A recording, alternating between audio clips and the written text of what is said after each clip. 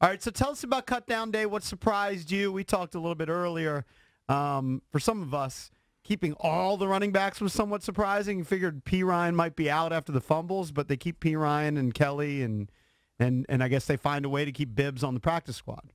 Yeah, I mean, I think that was definitely the biggest surprise to me, although I can't say by the end it was a huge surprise because I just kind of kept hearing that was what was going to happen. And part of me didn't want to believe it because I feel like they've done a really good job in the past couple of years of it being a meritocracy. The best players stay. And I think of a guy like Josh Holsey last year who was at a position that had a lot of players at it, and he just was undeniably one of the best 53. And in a lot of ways, Danny Johnson was that this year, although he played so well that he wasn't even on the bubble anymore. He was on.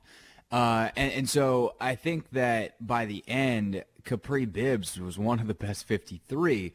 But the way that they're playing this with Byron Marshall and his injury and the potential for IR and then to bring him back, clearly they like him a ton.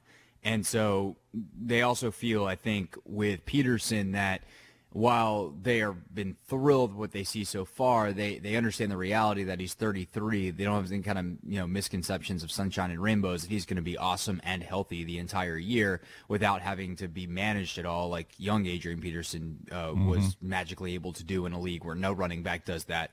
And so I think that's why you wind up keeping P. Ryan and Kelly. They feel like at some point they're going to need all those guys. Byron stays around, and then they realize it was a risk, but it's one that I felt like there were more Kapri Bibbs out there, even though I thought Kapri was awesome, that they'd be able to get him back. So for me, the biggest surprise, honestly, was they cut Pete Robertson, just because Jay had consistently talked about him on the roster. But even that, you're like, it's Pete Robertson. There's no major surprise there. What's the practice squad rule? So let's just say Bibbs, he's on the practice squad. Can a team pick him up at any time during the year, or is there a deadline?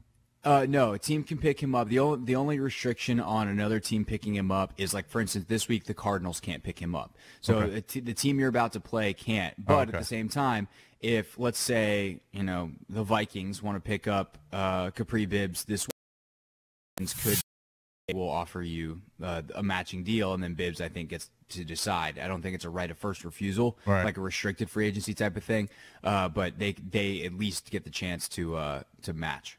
I'm surprised because I think he showed enough in these games. Like, the Niners are in desperate need of running backs now because McKinnon went down. They got Alfred Morris, and they got Matt Breida and a couple other guys I've never heard of. But that's one guy I thought of when I heard that McKinnon went down, that Bibbs showed enough, I thought. Well, I did too, and I thought Byron too, because I know the Shanahans and Eric Kyle and that front office are familiar with Byron a little bit, and they know that agency pretty well that reps him.